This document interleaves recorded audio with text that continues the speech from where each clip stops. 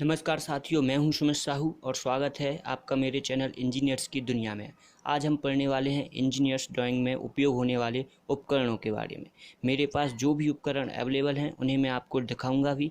तो चलिए स्टार्ट करते हैं आज का सेशन। सबसे पहले मैं आपको एक लिस्ट दिखा देता हूँ जो इंजीनियरिंग ड्राइंग में उपकरण यूज होते हैं, प्रयोग किए जाते हैं।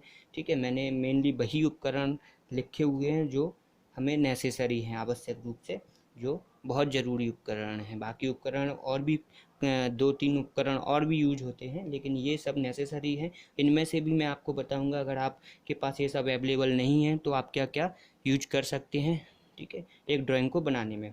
तो चलिए स्टार्ट करते हैं। सबसे पहले इंजीनियरिंग ड्राइंग में उपकरण में उपयोग होने वाले उपकरण, ठीक है। सबसे पहला है ड्राइंग बोर्ड।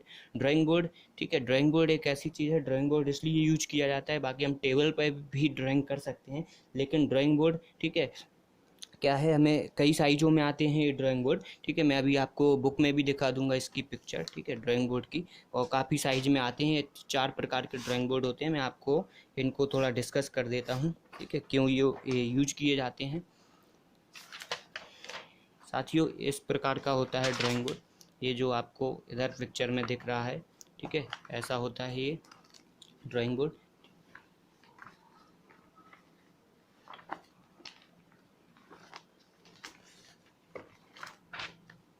ये ड्राइंग बोर्ड है, ये उल्टा रखा हुआ है, इनको बैटन, ये जो कुछ स्ट्रिप्स होती हैं इनको जोड़कर बनाया जाता है, ठीक है। इनको जो बैटन्स बोलते हैं इसमें, ये जो बिल्कुल एक जैसा आपके घर पर बैठने के लिए जो बनाया जाता है, ऐसे ही एक ड्राइंग बोर्ड होता है, ठीक है। इसमें नीचे ये 2 पहिए ये लगे रहते हैं, पैर, इनको बैटन्स बोलते हैं, ठीक है। और इनको ये बॉटम है इसका, इनको स्ट्रिप्स बोलते हैं, ये जो दिख रही हैं इनको स्ट्रिप्स बोलते हैं। और इसको अगर ऊपर से देखें हम तो इसमें ऊपर थोड़ा इनकी जो बीच में ये जो दिख रहे हैं यहाँ पे सांस बनी हुई हैं इनमें, ठीक है, इसमें चूना भरा होता है ताकि कहीं पर भी ड्राइंग शीट में गड्ढा ना हो, बनाते समय ड्राइंग में कहीं पर भी परेशानी पैदा ना हो। अब ड्राइंग बोर्ड के साथियों, ड्राइंग बोर्ड के साइज़ होते हैं B0, B1, B2, B3 करके ये ड्राइंग बोर्ड होते हैं, ठीक है। तो इनमें ड्राइंग बोर्ड के साइज़ दिए हुए हैं। जैसे B0 ड्राइंग बोर्ड होता है 1000 इंटू 1500, ठीक है, साइज़ में, ये mm में साइज़ दिए हुए हैं। ऐसे ही B1 है 700 इंटू 1000 mm का, B2 है 500 इंटू 700 mm का, और B3 है 350 इंटू 500 mm का, ठीक है। ये साइज़ पे डिपेंड करते हैं। बाकी ये B3 और B2 ये 2 साइज़ के जो बोर्ड हैं, हम जनरली स्टूडेंट्स के लिए यही उपयोग में आते हैं। बाकी जो दोनों अदर 2 हैं वो काफ़ी बड़े साइज़ के बोर्ड होते हैं। इनकी थिकनेस होती है 25 सेंटीमीटर और 15 सेंटीमीटर, ठीक है। ऊपर के 2 रहते हैं, इनकी 25-25 सेंटीमीटर और इनकी 15 सेंटीमीटर तक थिकनेस रहती है, ठीक है।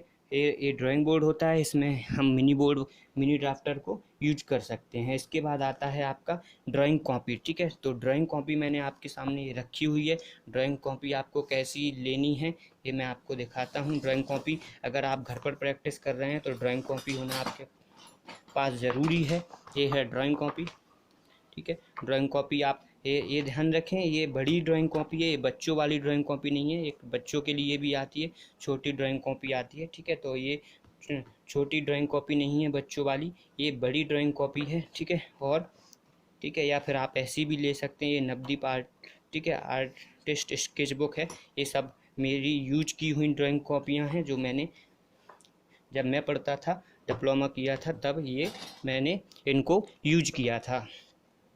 इसके बाद साथियों मैं आपको दिखाता हूँ, इसके बाद ड्राइंग कॉपी का कोई साइज इस पर डिपेंड नहीं करता है, ठीक है। इसके बाद आता है ड्राइंग पेंसिल। तो ड्राइंग पेंसिल ड्राइंग को बनाने के लिए बहुत ही इम्पोर्टेंट फैक्टर है, ठीक है। ड्राइंग पेंसिल हमें कौन सी चूज करना है ड्राइंग बनाने में, ठीक है, वही दिखाता है कि आपकी ड्राइंग कैसी बनी है। जितनी भी ड्राइंग, जितनी साफ़ होगी ड्राइंग, उतनी ही आपको मार्क्स अच्छे मिलेंगे। ड्राइंग पेंसिल्स 18 प्रकार की होती हैं, लेकिन हमें इन पूरे 18 प्रकार यूज करने की ज़रूरत नहीं है, ठीक है। इनमें से कुछ 2-3 ही पेंसिल होती हैं जिनको यूज करके हम एक अच्छी ड्राइंग बना सकते हैं, ठीक है। तो मैं आपको दिखाता हूँ। अभी तक आपने सामान्य पेंसिलें देखी होंगी। सामान्य पेंसिल कुछ ऐसी होती है, ठीक है, ये जो है ये सामान्य पेंसिल होती है, जबकि एक ड्राइंग की पेंसिल कुछ ऐसी होती है। ये मेरे पास एक पुरानी पेंसिल डली हुई है, ये अप्सरा की पेंसिल है। यहाँ इस पर यहाँ जो है, ठीक है, इधर इधर इस पर लिखा होता है कौन से प्रकार की पेंसिल है, HB है जो भी है, H3H, जैसे इस पे यहाँ पे जो मार्किंग इस पे लिखा हुआ है, इस पेंसिल पर कुछ लिखा हुआ है यहाँ पे, ठीक है। इस पेंसिल पर जैसे इसका मार्क लिखा हुआ है, नाम लिखा हुआ है, ऐसे ही यहाँ पर इस पेन, ठीक है, ड्राइंग्स पेंसिल पर यहाँ पर उनकी ग्रेड लिखी होती है, ग्रेड होती हैं पेंसिल्स की, ठीक है। तो यहाँ से HB, ये जो है HB नॉर्मल पेंसिल होती है। हम अभी तक जो स्कूल लाइफ से अभी तक यूज करते आए हैं, जो भी नॉर्मल पेंसिल जो मार्केट में बिकती है वो HB प्रकार की होती है, जबकि ड्राइंग पेंसिल होती हैं B, 2B। HB से इधर जाएंगे तो ये HB से इधर जाने पर 7B तक ड्राइंग पेंसिल का जो लेड है वो मोटा होता जाता है और सॉफ्ट होता जाता है, ठीक है। जो ग्रेफाइट का जो लेड लगा होता है वो मोटा होता जाता है और सॉफ्ट होता जाता है, और उतनी ही डार्क चलती है ये पेंसिल। HB नॉर्मल प्रकार की होती है, फिर उसके बाद B थोड़ी और डार्क चलने लगती है, 2B और डार्क, 3B और डार्क हो जाती है, ऐसे ऐसे करते हुए इनका ये जो लेड है, ठीक है, 7B पेंसिल का ये जो लेड है ये, ठीक है, ये लेड काफ़ी मोटा होता है 7B पेंसिल का लेड, ठीक है। और आप देखेंगे ऐसे यहाँ पे F से लेके 9H तक रहती हैं। अगर आपके एग्ज़ाम में कभी ये क्वेश्चन आता है कि सबसे सॉफ्टेस्ट पेंसिल कौन सी है, तो 7B होगी, और सबसे हार्डेस्ट पेंसिल है 9H। F से जब हम इधर को जाते हैं H2H, तो पेंसिल का ये जो लेड है ये पतला होता जाता है और हार्ड होता जाता है, ठीक है। ये 9H तक कितना हार्ड हो जाता है ये लेड, अगर आप इसको काफ़ी अगर ज़ोर से पेज पर चला दें तो आपका पेज फट भी सकता है, इतना आपका ये हो जाता है, ठीक है, हार्ड। इसके बाद आता है तो हमें जनरली कौन सी पेंसिल यूज करना है, मैं आपको बता देता हूँ। एक तो आप HB ले सकते हो, ठीक है, एक HB पेंसिल यूज कर सकते हो, ठीक है, और एक आप 3H और 4H पेंसिल यूज कर सकते हो इन पेंसिल को, ठीक है। कहाँ ये जो HB पेंसिल है हम नॉर्मल जो आउटलाइन बनाने में, ड्राइंग की आउटलाइन बनाने में यूज करते हैं। बाकी मैं आपको इन पेंसिल जब हम ड्राइंग बनाएंगे तो मैं आपको इनका सेपरेट तरीके से बता दूंगा कौन सी पेन H से लेके जो 9H तक है। जनरली ये पेंसिल्स जो हैं आपकी कंस्ट्रक्शन लाइन बनाने के काम आती हैं। इसके बाद आता है चांदा, ठीक है। मैंने हिंदी और इंग्लिश दोनों में इसीलिए लिखा हुआ है ताकि सभी को ये समझ में आए, ठीक है। हिंदी वालों को ये चांदा समझ में आएगा कि चांदा होता क्या है। वो प्रोटेक्टर आप सभी ने अभी तक देखा है, स्कूल लाइफ में हमने सब ने यूज किया है, इसको चांदा बोलते हैं, ठीक है। ये एंगल खींचने के काम आता है चांदा, ठीक है, ये एंगल खींचने के काम आता है। इसमें एंगल होते हैं, ठीक है, ये 0 से लेके 90 डिग्री और इधर 180 तक, 0 से 180 तक। तो इसको मुझे आपको समझाने की शायद ज़्यादा ज़रूरत नहीं है, आप सबने अभी तक स्कूल लाइफ में सबने इसको यूज किया है, ठीक है। इसके बाद आते हैं, इसमें कुछ 2 ही 3 इंस्ट्रूमेंट ऐसे हैं जो अभी तक हमने ना ही देखे हैं और ना ही इनको पढ़ा है। तो वो इंस्ट्रूमेंट क्या है, वो मेरे पास जो भी अवेलेबल हैं वो मैं आपको दिखाऊंगा, ठीक है। इसके बाद आता है मिनी ड्राफ्टर। ये एक इम्पॉर्टेंट इंस्ट्रूमेंट है आपकी ड्राइंग के लिए, तो मिनी ड्राफ्टर बोलते हैं इसको।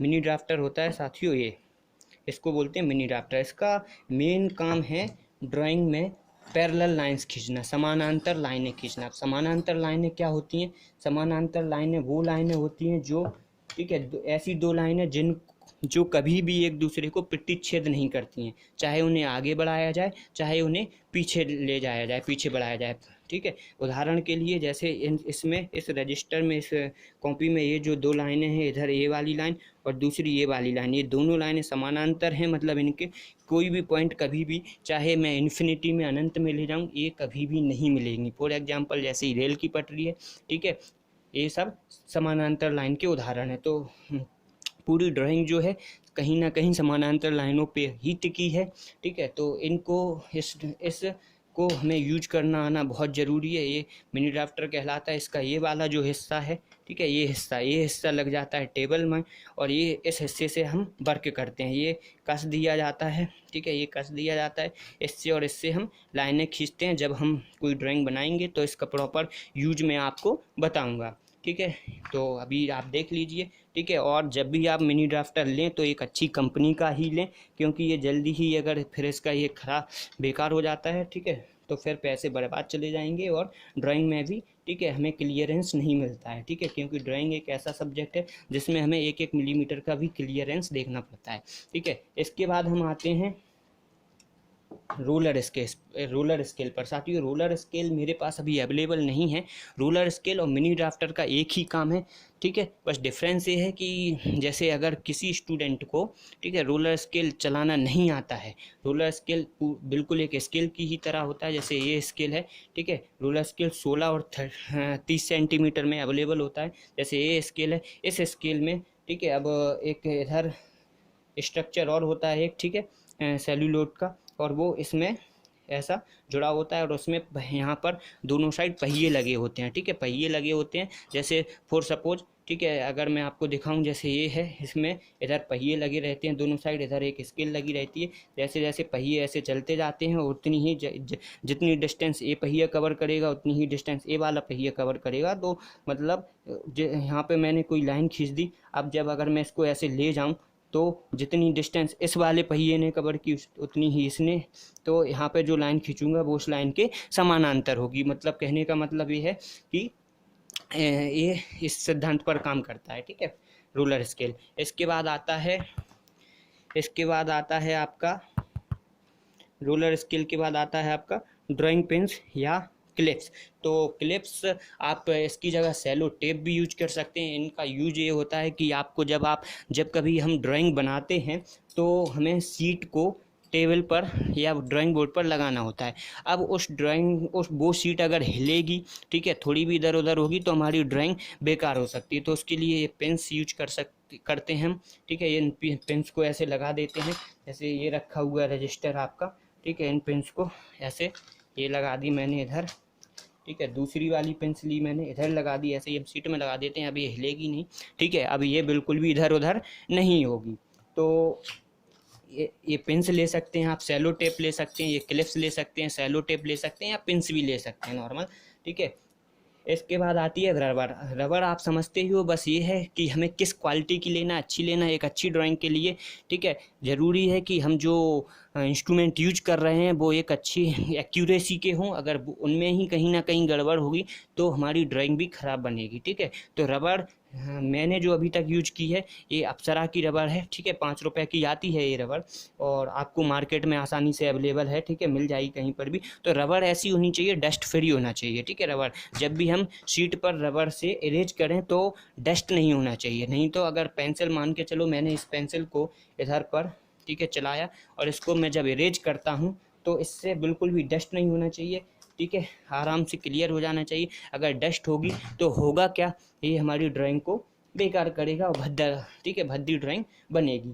इसके बाद आती है हमारी प्रकार मतलब कंपास। तो कंपास भी आप सबने अभी तक यूज किया ही है, ठीक है। इसको बोलते हैं हम प्रकार या कंपास, ठीक है। ये लार्ज एक छोटा वाला भी आता है ड्राइंग में, पूरा बॉक्स आता है जिसमें आपको कई सामान मिलते हैं, ठीक है। डिवाइडर वगैरह भी मिलता है, लॉन्ग भी आता है, ठीक है, ये, और स्मॉल भी आता है। इसमें एक और कंपास आता है जो लेंथनिंग बार लगी रहती है, क्योंकि इसकी हर इंस्ट्रूमेंट की एक लिमिट रहती है। अब जैसे इसकी, ठीक है, इसका एक लिस्ट काउंट है, ये इससे ज़्यादा ये वाइड नहीं हो सकता। मतलब मैं इससे इधर पेंसिल लग जाएगी, फॉर एग्जांपल मैं आपको बता देता हूँ, दिखा देता हूँ करके।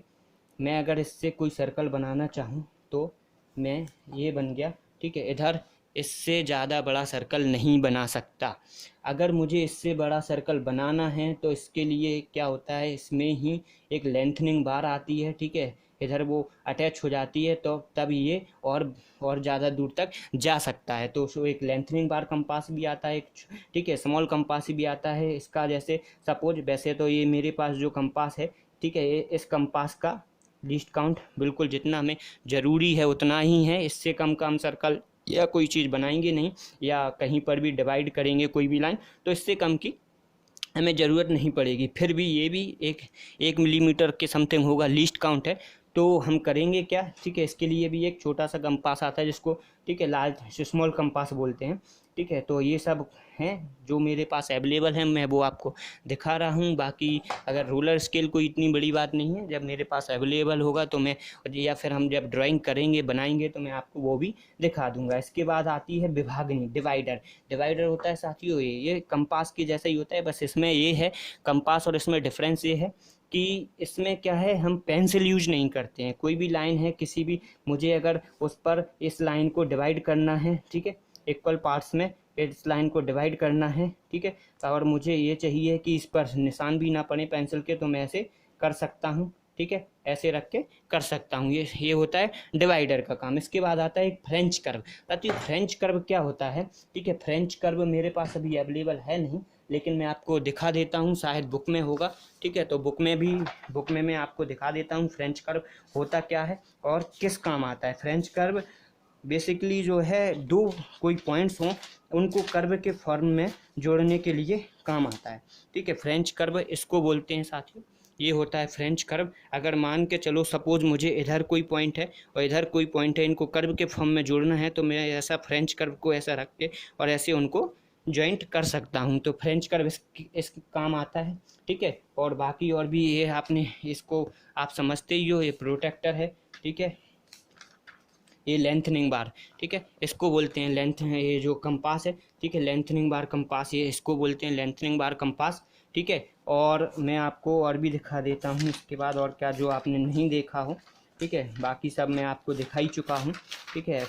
और कोई इसमें इतना इम्पोर्टेंट जो है नहीं है, ठीक है।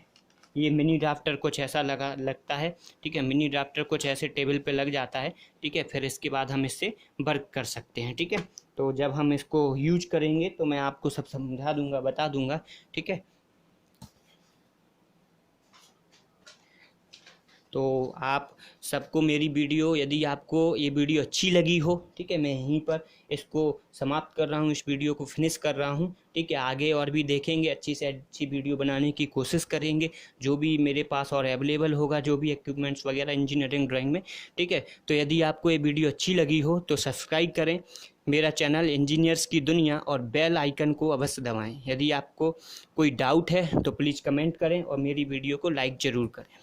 थैंक यू साथियों, धन्यवाद।